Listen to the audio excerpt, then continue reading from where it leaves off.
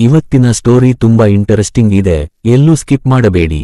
ನಮ್ಮ ಚಾನೆಲ್ನ ಮೊದಲ ಬಾರಿ ನೋಡ್ತಾ ಇದ್ದರೆ ದಯವಿಟ್ಟು ಸಬ್ಸ್ಕ್ರೈಬ್ ಮಾಡಿ. ಪುರಾಣದ ಪ್ರಕಾರ ಬ್ರಹ್ಮನು ತನ್ನ ಮಗಳನ್ನು ಮದುವೆಯಾದ ಎಂದು ಸುದ್ದಿ ಇದೆ, ಆದರೆ ನಿಜವಾದ ಸತ್ಯ ಈ ವಿಡಿಯೋದಲ್ಲಿ ನಾವು ನಿಮಗೆ ತಿಳಿಸಿಕೊಡುತ್ತೇವೆ. ಮೊದಲಿಗೆ ಬ್ರಹ್ಮನಿಗೆ 5 ತಲೆ ಬರಲು ಏನು ಕಾರಣ, ಮತ್ತು ಶಿವ ಬ್ರಹ್ಮನ 5ನೇ ತಲೆ ಕಡಿಯಲು ಕಾರಣ ಏನು ಗೊತ್ತಾ?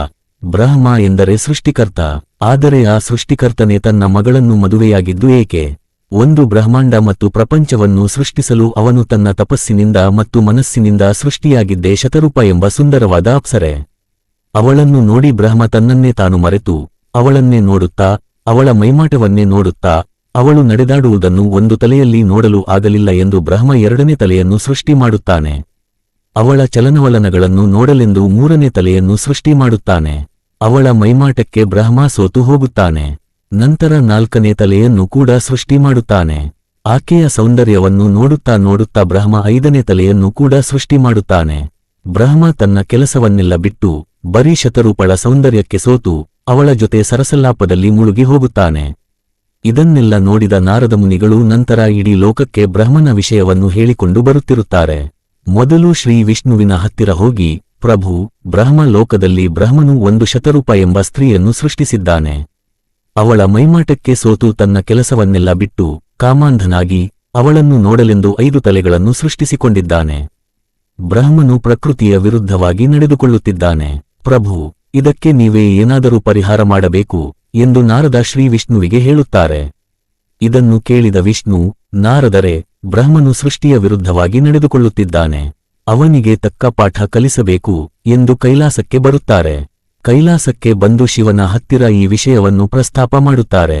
ಅದನ್ನು ಕೇಳಿದ ಶಿವನು ಕೋಪಗೊಂಡು, ಬ್ರಹ್ಮನು ಒಬ್ಬಳು ಸ್ತ್ರೀಯ ಮೈಮಾಟಕ್ಕೆ ಸೋತು ಸೃಷ್ಟಿಯ ವಿರುದ್ಧವಾಗಿ ನಡೆದುಕೊಳ್ಳುತ್ತಿದ್ದಾನೆಯಾ? ನಡೆಯಿರಿ, ಬ್ರಹ್ಮನ ಹತ್ತಿರ ಮಾತನಾಡೋಣ ಎಂದು ವಿಷ್ಣು ಮತ್ತು ಶಿವನು ಬ್ರಹ್ಮ ಲೋಕಕ್ಕೆ ಬರುತ್ತಾರೆ. ಮೊದಲು ನಾರದರು ಹೋಗಿ ಬ್ರಹ್ಮನಿಗೆ ತಿಳಿಸಲು ಪ್ರಯತ್ನಿಸುತ್ತಾರೆ. ಆದರೆ ಬ್ರಹ್ಮನು ಅದಕ್ಕೆ ತಲೆಕೆಡಿಸಿಕೊಳ್ಳದೆ ಸರಸ ಸಲ್ಲಾಪದಲ್ಲಿ ತೊಡಗಿರುತ್ತಾನೆ. ಅದನ್ನು ನೋಡಿದ ಶ್ರೀ ವಿಷ್ಣು ಕೋಪಗೊಂಡು ಬ್ರಹ್ಮನನ್ನು ಕರೆಯಲು ಪ್ರಯತ್ನಿಸುತ್ತಾನೆ. ಆದರೆ ವಿಷ್ಣುವಿನ ಮಾತಿಗೂ ಕೂಡ ತಲೆಕೆಡಿಸಿಕೊಳ್ಳದೆ ಬ್ರಹ್ಮ ಅವಳನ್ನೇ ನೋಡುತ್ತಾ ಮುಳುಗಿ ಹೋಗಿರುತ್ತಾನೆ. ಇದನ್ನು ನೋಡಿದ ಶಿವನು ಬ್ರಹ್ಮ ಲೋಕಕ್ಕೆ ಬಂದು ಮೊದಲು ಬ್ರಹ್ಮನನ್ನು ನೋಡುತ್ತಾರೆ. ಆದರೆ ಬ್ರಹ್ಮ, ಶ್ರೀ ವಿಷ್ಣು ಮತ್ತು ಶಿವನು ಬಂದಿರುವುದನ್ನು ಸಹ ನೋಡದೆ ಬ್ರಹ್ಮನು ಸೃಷ್ಟಿಸಿದ ಶತರೂಪಳ ಸ್ತ್ರೀ ಜೊತೆ ನೃತ್ಯದಲ್ಲಿ ತೊಡಗಿರುತ್ತಾನೆ. ಕಾಮಾಂಧನಾಗಿದ್ದ ಬ್ರಹ್ಮನನ್ನು ನೋಡಿ ಶಿವನಿಗೆ ಕೋಪ ಬರುತ್ತದೆ. ಬ್ರಹ್ಮನ ಹತ್ತಿರ ಹೋಗಿ, ಬ್ರಹ್ಮ, ನೀನು ಸೃಷ್ಟಿಯ ವಿರುದ್ಧವಾಗಿ ನಡೆದುಕೊಳ್ಳುತ್ತಿದ್ದೀಯಾ ಎಂದು ಬ್ರಹ್ಮನಿಗೆ ಹೇಳುತ್ತಾರೆ. ಆಗ ಬ್ರಹ್ಮನು, ಇದು ನನ್ನ ಇಷ್ಟ, ಇದನ್ನು ಯಾರೂ ಕೇಳಬಾರದು ಎಂದು ದುರಹಂಕಾರದಿಂದ ಹೇಳಿದಾಗ ಇವನು ಕೋಪಗೊಂಡು, ಇವನ ದುರಂಕಾರಕ್ಕೆ ಇವನ 5ನೇ ತಲೆಯ ಕಾರಣ, ಇದನ್ನು ಕಡಿದರೆ ಅವನು ಸರಿ ಹೋಗುತ್ತಾನೆ ಎಂದು ನೆನೆಸಿ ಕೋಪಗೊಂಡ ಉಗ್ರಾವತಾರವನ್ನು ತಾಳಿದ ಶಿವನು ಅವನ 5ನೇ ತಲೆಯನ್ನು ಕಡಿದು ಬಿಸಾಕಿ ಒಂದು ಶಾಪವನ್ನು ನೀಡುತ್ತಾರೆ. ಆ ಶಾಪವೇನೆಂದರೆ, ಬ್ರಹ್ಮನಿಗೆ ಇನ್ನು ಮುಂದೆ ಭೂಮಿಯ ಮೇಲೆ ಯಾರೂ ಸಹ ಪೂಜಿಸಬಾರದು, ಅವನಿಗೆ ಭೂಮಿಯ ಮೇಲೆ ಯಾವುದೇ ದೇವಾಲಯಗಳಿರಬಾರದು ಎಂದು ಶಾಪ ನೀಡುತ್ತಾರೆ.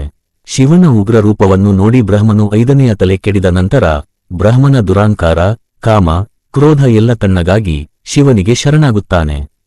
ಪ್ರಭು, ನನ್ನಿಂದ ತಪ್ಪಾಗಿದೆ, ನಾನು ಸೃಷ್ಟಿಯ ವಿರುದ್ಧವಾಗಿ ನಡೆದುಕೊಂಡಿದ್ದೇನೆ, ನನ್ನ 5ನೇ ತಲೆಯ ದುರಂಕಾರದಿಂದ ನಾನು ತಪ್ಪು ಮಾಡಿದೆ, ದಯವಿಟ್ಟು ನನ್ನನ್ನು ಕ್ಷಮಿಸಿ ಎಂದು ಶಿವನನ್ನು ಕೇಳಿದಾಗ ಶಿವನು ಬ್ರಹ್ಮನನ್ನು ಕ್ಷಮಿಸಿ ವಿವಾಹವನ್ನು ಮಾಡಿಸುತ್ತಾರೆ.